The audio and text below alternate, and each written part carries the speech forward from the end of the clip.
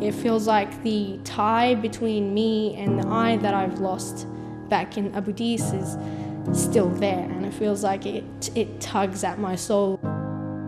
Raneem Abu-Izneid is living a quiet life in regional Victoria. It's a far cry from the vibrant student life she once led in Abu Dis. It's not always that I am positive. Sometimes dark thoughts really do sink in. But the reason to why I keep on doing what I'm doing and kind of kicking is because I was on the verge of dying.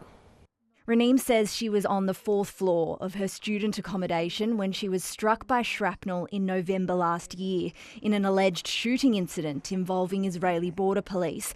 Her right eye has been replaced by a prosthetic. I don't like to mention this much, but even here sometimes I feel like I'm isolated from the things that I've experienced, the stuff that I've lived through. The 20-year-old takes a 4-hour round trip to university twice a week. She's studying biomedicine in the hope it eventually leads her back to a career in dentistry if her ongoing issues with depth perception can be resolved.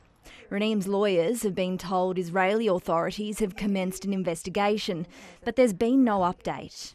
It doesn't preclude the Australian government itself from referring the case to be investigated by the AFP. They could request information from the Israeli authorities to obtain forms of evidence. We've always been quite the proud Australians. It doesn't seem that Australia wants me as Australian. A DFAT spokesperson says the Australian government continues to seek updates from Israel and has made it clear that it expects a comprehensive, thorough and transparent investigation.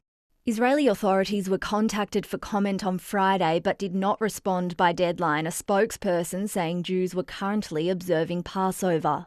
In the meantime, Raneem's trying to get her life back on track.